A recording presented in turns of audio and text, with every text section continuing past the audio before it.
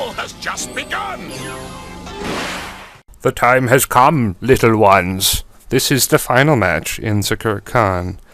Pokemon Tournament Makeshift, hosted by the mysterious Team Scyther organization. This is it.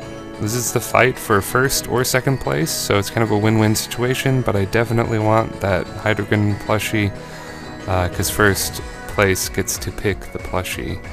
So yeah, we're gonna fight for all the beans. He's gonna lead with Talonflame. He actually told me, he was like talking to me about his Talonflame and how like bulky it was, so I figured he was gonna go for a Will-O-Wisp. Always a good idea to keep your team super secrets, but I guess he was excited, or maybe he didn't care, or I don't know. Yeah, filthy casuals, what are you gonna do? So Chippy's gonna go for the Flyer Blitz. It's gonna do a lot to Reuniclus. I love Arcanine and OU, and Arcanine deals with his team extremely well because defensive Talonflame can't really do a lot to it. I think his set was Acrobatics, Roost, Taunt, and Will-O-Wisp, which is pretty cool. You don't really see Talonflames with Taunt that much. So I'm going to go for Close Combat here. If he had gone Acrobatics right here on the turn I went E-Speed, I don't know, the game might have shaped out differently, but I do have a second Extreme Speed Pokemon, so I could have forced him to switch or die, depending on what he would decide to do. But since he doesn't pull the trigger and just kill Arcanine, I'm going to show him Morning Sun, which is my super secret fourth move that comes into play a lot of the time. It's very useful. He's going to make a really bad play here. Switch Aegislash in. He thought I was going to go for Wild Charge. So, yeah, I've already shown him Flare Blitz. Maybe he thought I was predicting him to switch out. Like, you know, it's still early, so I don't know. But it's like, if I've already used Flare Blitz and Extreme Speed, I probably am not going to use Wild Charge, so I'm just going to chalk that up to a misplay on his part. Maybe he choked, maybe he's over-predicting, who knows. But yeah, as I said last Wi-Fi battle, everyone was a little bit off.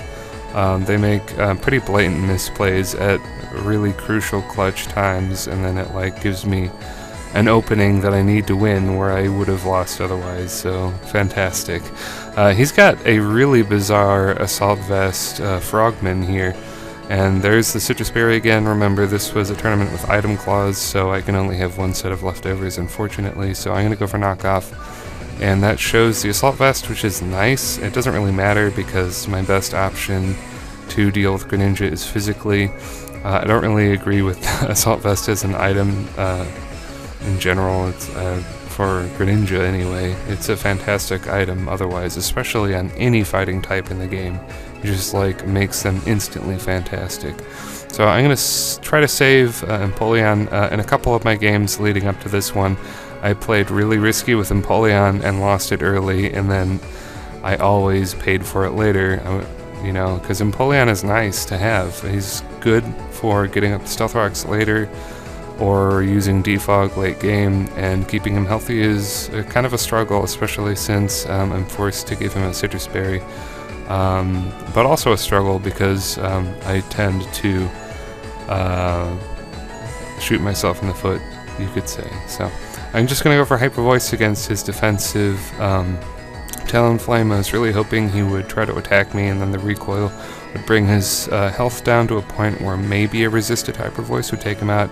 As you can see, due to the fact that fire resists fairy damage, even with Pixelate Boost, it's not really doing a lot. It's doing a pretty good healthy chunk, but you know, it would be good if it did a little bit more. So he's going to show me Taunt now. This actually surprised me because I kind of forgot that Talonflame could learn Taunt. So that's a very gargle floppy set. Yeah, Talonflame, defensive, it's good stuff. It's very counter meta. Definitely would throw people off, but I'm not most people. I have a Diggersby and an Arcanine who aren't exactly OU tier, so yeah, definitely gonna play those to my advantage. And having Intimidate is extremely clutch because it lowers the damage that he does to me, obviously, but he goes for Brave Bird here. I was expecting it to KO just because of the nature of Talonflame, but I take it extremely well, better than I thought. Of course, I thought it'd be knocked out, but yeah, it's fantastic. So perhaps earlier he wouldn't have been able to taken me out, and he knew it ahead of time because he was a really good player. I mean, he is in the top. You know, he's beaten everybody else. He's fighting for first place. He probably knew from experience that -1 attack Brave Bird probably wouldn't kill. And another thing everyone kept doing with my Arcanine in this tournament is everyone thought I had a defensive Arcanine because I have the Intimidate ability instead of the Flash Fire ability, but I just think Intimidate is more useful. If you're playing underused, Flash Fire is more useful because you're going to run into a lot more fire types in there, but in OU, fire types are a lot less seen unless your name is Charizard and Talonflame. But even Heatran, I've got close combat, so, you know, perfectly fine. So now I'm going to choose to Death Fodder Empoleon here, kind of forced to, and it is a good play. As no doubt he is Choice Scarf, Reckless, Straptor. This is the second guy with the Talonflame and Choice Scarf, Straptor, but this guy is a creative twist where he's got the defensive Talonflame and then he has the fully offensive Straptor. So I'm going to Intimidate it, and it does a lot of damage. And it actually, this is pretty much a misplay. This is something I should try to do more often, like, it's a fair play, but I could have played better. I could have, knowing that I would have survived his Brave Bird, I could have Morning Sunned up and then priority extreme speeded him, and then I would have been at a super healthy range. But it kind of works out in the end either way because I'm going to go for the extreme speed. I'm going to roll enough damage to take him out. I'm not sure if minimum damage would have allowed him to survive or not. That would have been a real big kick in the pants. But I think I just get lucky, so it's going to be a really advantageous double down, and we're going to switch out to whatever Pokemon we have. He's going to go into this guy, Gallade, who, you know, I can't blame him. I'm using Arcanine, so, you know, whatever. Custom set Gallade, probably bulk up Drain Punch, Shadow Sneak, stuff like that. I go for a U-turn with Diggersby. It almost takes it out in one hit. The awesome power of Diggersby right there. So he's going to go close combat. I'm going to go into Sylveon. Pretty obvious play. His only shot to win left is to use Reuniclus to his advantage, which he is definitely going to do. Things are going to get really scary with Reuniclus. And he has 2 taunt carriers on his team. I definitely did not see that taunt coming. I go for Hyper Voice either way though, because it's whatever. I thought he might switch out too. So Hyper Voice is fine. The taunt is gonna lock me down, so I can't use Heal Bell or Wish, which are moves I would love to go for, especially since there's gonna be a Reuniclus coming in right now. I believe it's his last Pokemon at this point, and I may have 3 Pokemon left or something. I'm not really paying attention because I'm really good at making videos.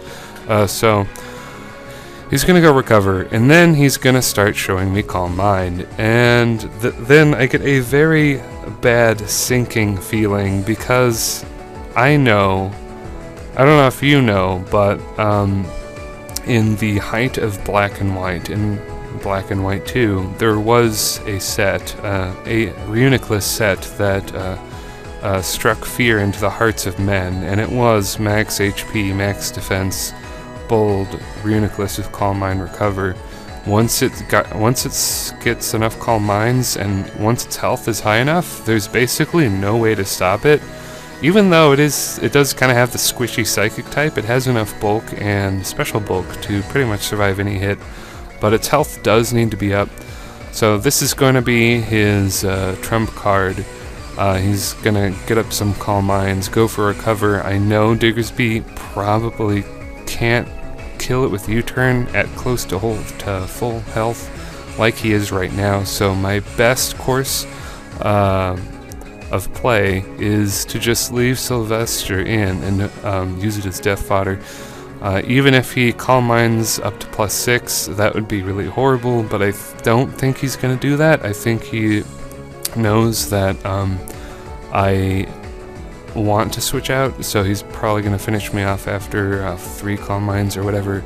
But yeah, I was really itching to switch out there. But it was too dangerous, because if I switch into a Pokemon and it takes massive damage from a Psychic, that's something I cannot afford. In the words of Xenon, the coolest Pokemon channel ever. So now I'm actually going to switch out. I'm going to go into Dragonite. I've decided I've had enough of this. I'm going to abort the death fodder option, because I'm afraid he is going to go for +6 calm mind, which actually is his best course of option. The best thing he can do. But I have weakness policy on Dragonite, so I can go for a couple Dragon Claws and it should be fine. He eats up that Dragon Claw really well, but I know that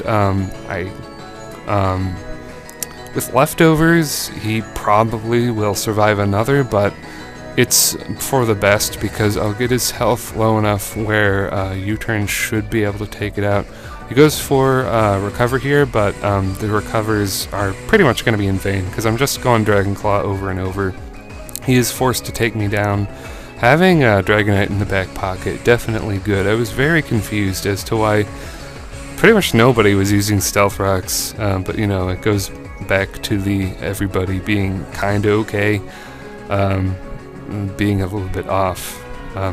Yeah, I don't think anybody used Stealth Rocks at all. So yeah, that really is telling skill-wise. So his health is pretty high. I'm really nervous about U-turn not killing, but it does actually kill, and that is going to be the game. I don't know, if I had rolled a low damage with extreme speed against Talonflame, things would have gotten really hairy. If that U-turn had not taken down the Reuniclus, things would have gotten really hairy, because for sure he was going to go for recover.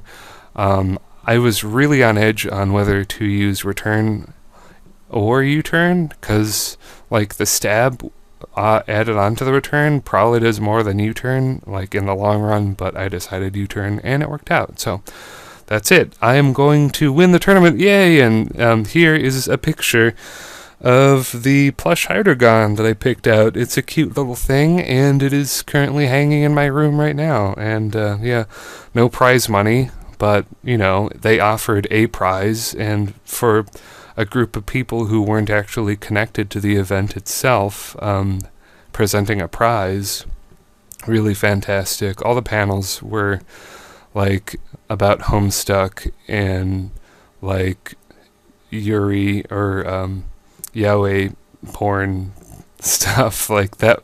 It was yaoi stuck basically with all the panels. So there were very few Pokemon panels, so a bunch of us awesome people got together and had this tournament, and I ended up winning it.